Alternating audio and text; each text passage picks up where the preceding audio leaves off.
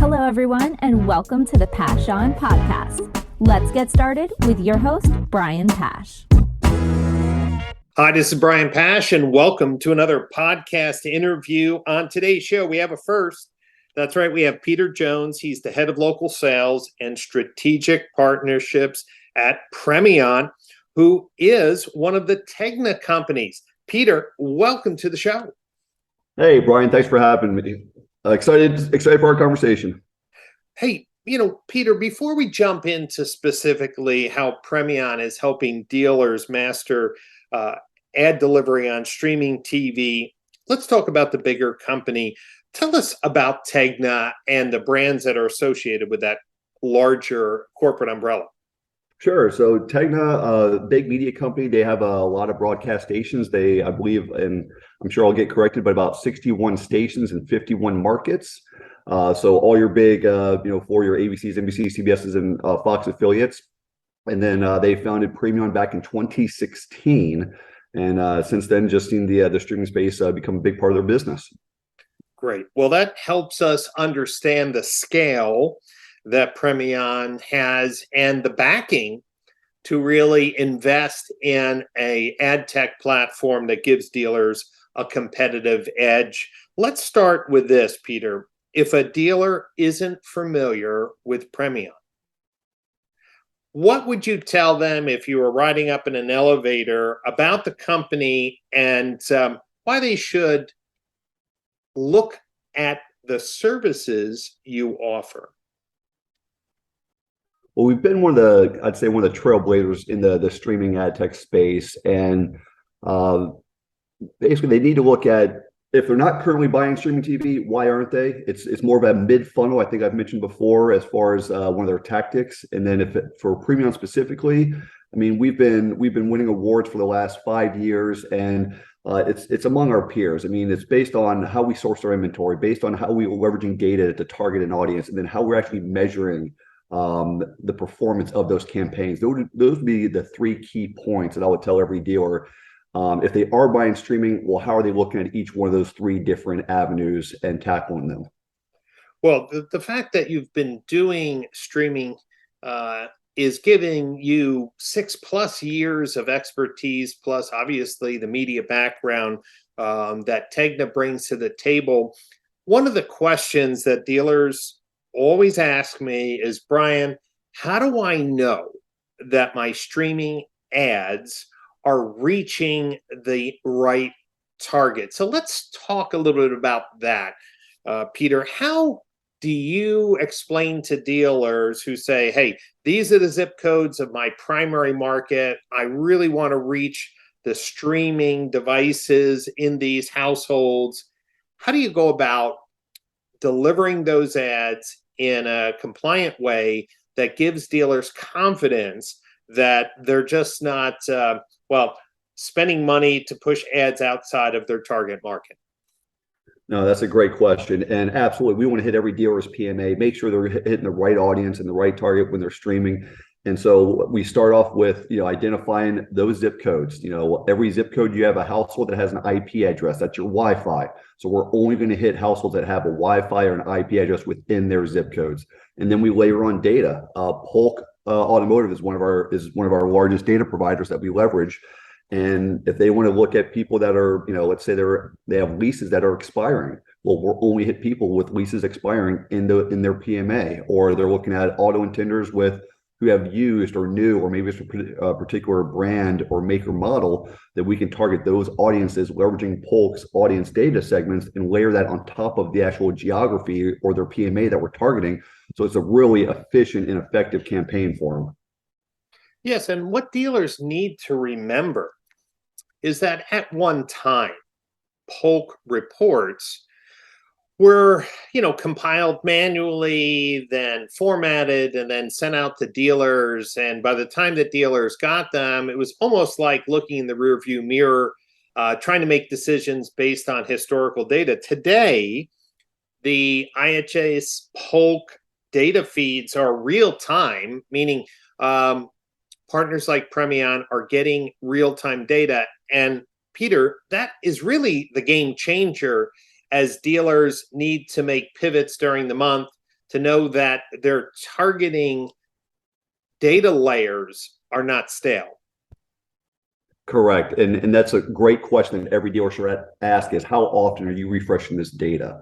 So that's a perfect example. So, and to your point, like Polk, we've heard it before, like dealers always thought, well, it's that data is late. It's absolutely not. I mean, they get updates on a daily basis, almost real time from all the OEMs for their sales data.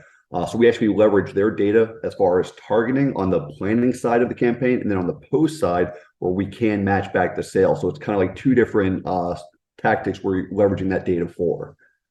So let's talk about that, because dealers always like the concept of proof of performance. So if I understand correctly, Peter, you're looking at the zip codes, the IP addresses that are in those zip codes, targeting devices in that home, and then what type of signals do you have, whether, is it a smart TV signal? I know that it was delivered. Where are we in knowing whether there were people in front of the TV? That's one of those creepy things about the smart TVs.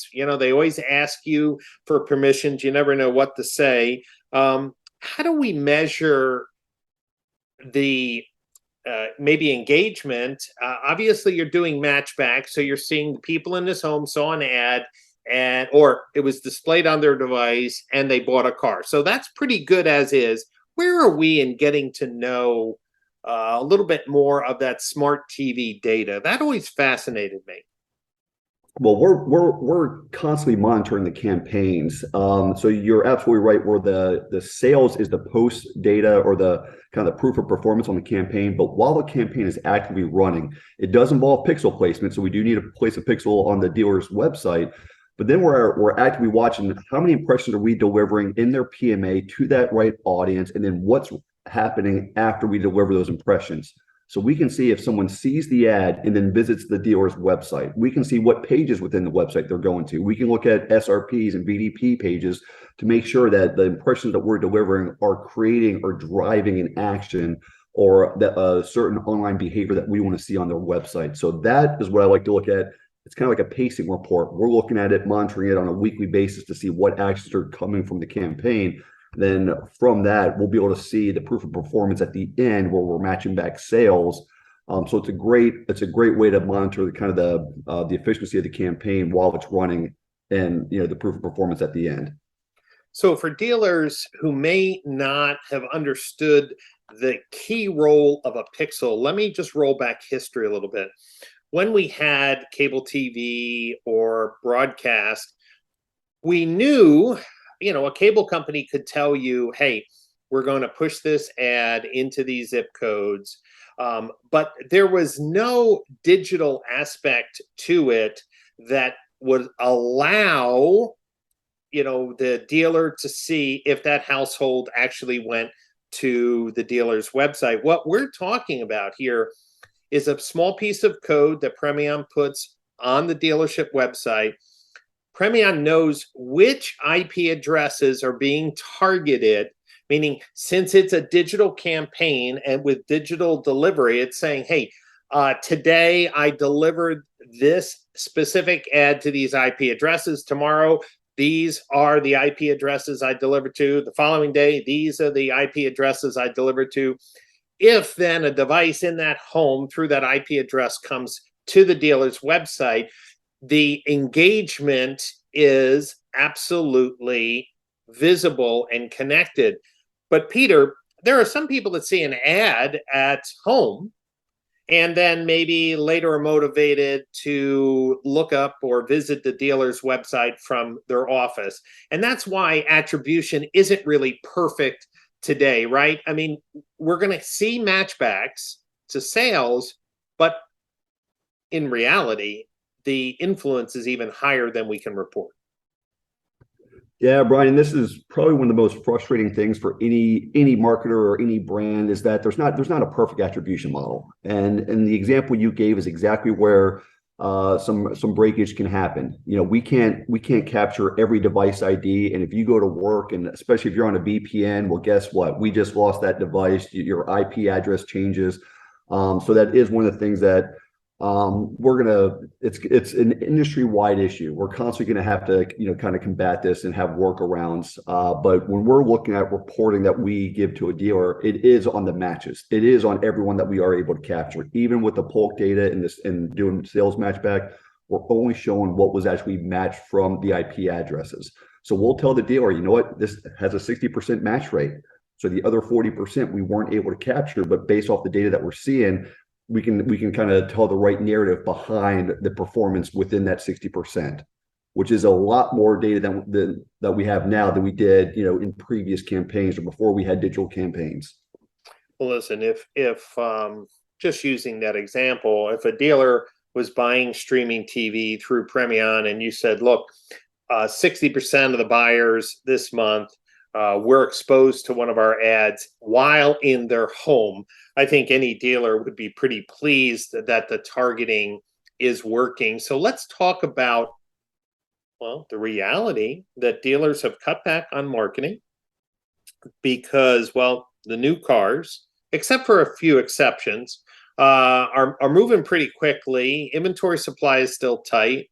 Dealers are seeing that their turn rates in used cars is slowing down. So I see more used car advertising. If a dealer has really cut back, and I've been telling dealers this is the perfect time to get your brand top of mind because things will not last forever as they are in this current state. What would you tell a dealer who, says, Brian, I just don't have any experience with streaming. I'm not sure what to do, what to say in these economic times. What type of campaign would you recommend a dealer test with Premion in these specific inventory, shortage times? Sure. And to your point, you're absolutely right. This is the time they need to gain market share. So you can't just pull back all your marketing dollars. The reason why streaming TV is a great media form is because it's basically the perfect marriage of marketing. You have that kind of broadcast voice where you're able to hit a big audience, but then you have all the digital KPIs of like a search or a social campaign. You can measure it. You can see how many sales. You have a proof of performance from it. You know exactly what your ROI is from it. So with streaming, let's be, tactical. Let's be surgical with it. Let's go after your PMA. Let's look at, what cars do you have on the lot? What are you trying to move? If you have, and I'm just making up an example, if you have more SUVs, guess what? We can go after SUV intenders. If you want to do a conquest campaign because you know that a particular brand across the street doesn't have as much inventory, you can go after, a different make or model to conquest that particular competitor that you may have. So you can definitely get tactical with it and do some A/B testing, see, well, where am I going to get the best bang for my buck within this type of media? And absolutely, this should be something that they have a 2023 strategy behind. This needs to be part of their marketing mix. This is not a top of the funnel media form. This is a mid to lower funnel. It's the perfect tactic for auto dealers to include in any of their marketing strategies. Great. And let's talk about that ad campaign message. You mentioned that overlaying polk data with the IP addresses in particular zip code would allow you to target truck, owners, people who have leases that are coming up. So for your average dealer, and I'm sure there's always exceptions, how granular or how personalized can these ads be? Meaning, are they dynamic to the IP address so you could go through a dealer's zip codes and say, look, based on the polk data, we're going to show one of 6 ads, meaning dynamically, or are we creating 6 individual campaigns, meaning truck buyers, luxury car owners, and there's going to be some gaps, maybe, specific residents that don't match those buckets? How does it work from a practical standpoint? Because dealers always ask me, okay, I get the IP address, I get the targeting, but I want my message to really hit home. How granular can we get on a monthly basis? You can get pretty granular. Now, back when, the volumes were a lot higher, you had dealers that would have, multiple different tactics because they'd have a strategy going after people coming off of a lease. They would have a strategy for people going after new vehicles or even SUVs or trucks or whatever the models that they were trying to get rid of. So they would have multiple messages delivered to the right households within their PMA. Now, obviously, we want to take a little bit different of a tactic because dealers don't have the same type of inventory, the same type of volumes. So really, we'll just get niche on, okay, what are the cars that you do have, or what are you trying to move? I mentioned the expiring leases because we saw that dealers over the past 12 to 18 months were using that also not to help move cars, but also replenish their CPO inventory or to replenish some of their used inventory. So there's kind of the two tactics there. So I would recommend to each dealer, and this might be taking us to another topic though, but if you're looking at different types of messaging, what are you doing to your existing customer base? You're going to hear more and more about first party data. I mean, that is a critical component to any digital campaign going forward. Data will be the new currency. We've already heard a lot of issues with the IDFA update from Apple, with Google phasing out third-party cookies, pushed back to 2024. But that is something that every dealer needs to have a strategy around: is what are they doing with their first-party data? And obviously they should have been collecting it for a while. So that should be one tactic. You should have a certain message that you want to deliver to your existing customer base, and then you can have another tactic or strategy going after new customer acquisition. Great. Sorry, I went down a rabbit hole there. No. Listen, this is what these interviews are for. I like to ask the questions that I know dealers are asking. So let me get into a few more tactical things, because at the end of this podcast, if dealers have been shying away from streaming, this is an opportunity for you to kind of guide them into their initial launch into streaming campaign. So length of the video ad. There was some data I think that dealers got some experience with YouTube advertising, whether it was a 6-second non-skippable, was it a 15-second pre-roll, whether the pre-roll was skippable or not. When we're talking about streaming, these are non-skippable advertisements. Is 15-second, 30-second, or 60-second best? What are you recommending for dealers? For now, I'm recommending 30 seconds. Most streaming platforms, 30 seconds is the base CPM that you're getting. So if you have a 30-second spot, you have a certain CPM. If you have a 15-second spot, you're still paying the 30-second spot CPM. So go with the 30 seconds for now. If you go up to 60 seconds, then you're going to pay double. So the most efficient way is go with the 30 seconds for now. You will have some platforms that will start having a CPM based off of 15 seconds. It's not widely used yet. So make sure you have a 30-second spot to get the best bang for your buck out of the campaign. Great. And Peter, there was some comment recently this week on LinkedIn, and I agreed with part of the message, which was this is the time for dealers to double down on their brand message. The comment is that CPM rates have come down because of maybe recessionary forces, people cutting back on marketing. So this is the first time I've asked the question, are you seeing CPM rates, let's just say over these last 12 months, becoming more affordable? Have they not really changed much? Because, I don't know what to make of people just making comments like, well, there's less people advertising, it's cheaper than ever for dealers to jump in. Is that a true statement or not? I think you have to make sure you're comparing apples to apples. If they want cheap inventory and they just want tonnage, believe me, they can find cheap inventory out there. There's a lot of what I call the long tail OTT networks, and these are all your obscure, like the dog relaxation network. You turn it on so your pets don't get lonely during the day, then you leave the house. But that's ad supported. So obviously you're not going to see a good return from that network if you're showing your ads to pets. There's a fireplace app, turns your TV into a fireplace. That's an ad supported network. I live in Florida, so that's something that we use down here during the winter months. So those obscure networks, you want cheap CPMs, you can get it. But if you want a return, which is why we measure the performance of the campaigns, you're going to have pretty much the same CPMs that we've had for the past, I'd say, 2 years. Now, we have been introduced to a couple of new platforms. This isn't any news. Netflix is launching their ad model, I believe, next month, or actually in November, so in a few days. And they've speculated around $60 CPMs, which is that's pretty high. But obviously, it's going to be a highly sought after platform. So you do have your stable CPMs, you have your cheap CPMs, and you have some higher CPMs. So I know that doesn't answer the question exactly how you want, but the best question to ask is, where can I get the best return? I want to be in quality content, so make sure that if you're a dealer, you know exactly where your ads are going to run. If you get a very low CPM, that should be kind of like a red flag of, okay, well, let me see the network list of where my ads are going to run. Because if you're getting $15 to $20 CPMs, you might not like or might not recognize some of the networks that you're running in. We just got a new puppy, so I'm laughing when you're saying that the dog and pet relaxation network. I'm going to have to check that out. I didn't even know that was a real thing. Peter, I love the confidence and transparency on how you're answering these questions.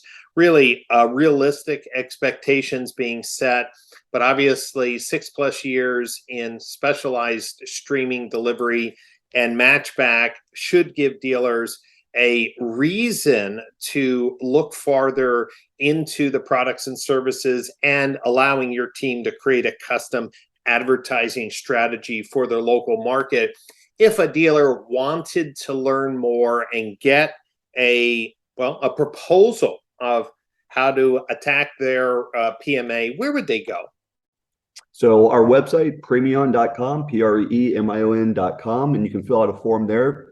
We'll direct you to our local office, and they can pull a veil. So basically, they'll look at your PMA and see how many impressions are available in your PMA and make a recommendation for you. So they can pull that information for you. Great. Well, that's exactly what I want to encourage dealers to do. This is an opportunity for you to compare what you're doing currently for streaming to another perspective, another modeling, and a desire to deliver clear proof of performance. We're having this conversation because in just a few days, we'll be kicking off the Modern Retailing Conference in Palm Beach, Florida. And we're talking about the latest ways in which dealers can evolve their marketing strategy, their sales process, their delivery experience, all part of the Modern Retailing framework. And Premion is one of the proud sponsors of the Modern Retailing Conference. If you haven't purchased your tickets, you should know that only dealer and OEM manager tickets are left. You can go to modernretailingconference.com and buy your tickets today. Keep in mind that local hotels have rates starting at $180 a night, so there's no reason for you not to come out to beautiful, sunny Palm Beach, Florida in November for the conference. And if you can't make it, you should know that we have virtual tickets available as well. All of the main stage keynotes and panels and some select workshops will all be available for you to listen to and share with your team for the months ahead. Peter, as we close our interview, if there was one suggestion, recommendation, or insight you wanted to share with dealers before you left today, what would it be? Well, Brian, I've been in the digital space for about 20 years. And, in my early days, I was talking to dealers about taking money out of traditional print, newspapers when they would buy the big, ads on Sundays. And I was telling them to move it to this crazy search engine called Google.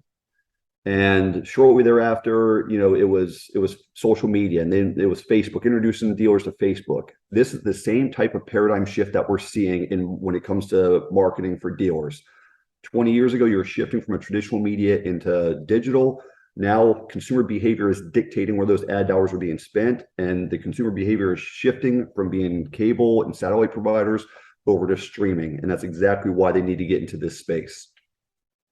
Well, I think that is great perspective, because I do think that dealers have not fully explored and understand the power of streaming TV. Now, of course, video content requires creativity, and that's why we're really excited at the Modern Retailing Conference that Paul Daly and Kyle Monsier are doing a complete creative work track series, 5 different workshops and main stage presentation for the creative folks inside your dealership. So if you have someone that you would like to invest in to develop their creative skills, make sure you register them for the MRC and get them involved in the creative tracks.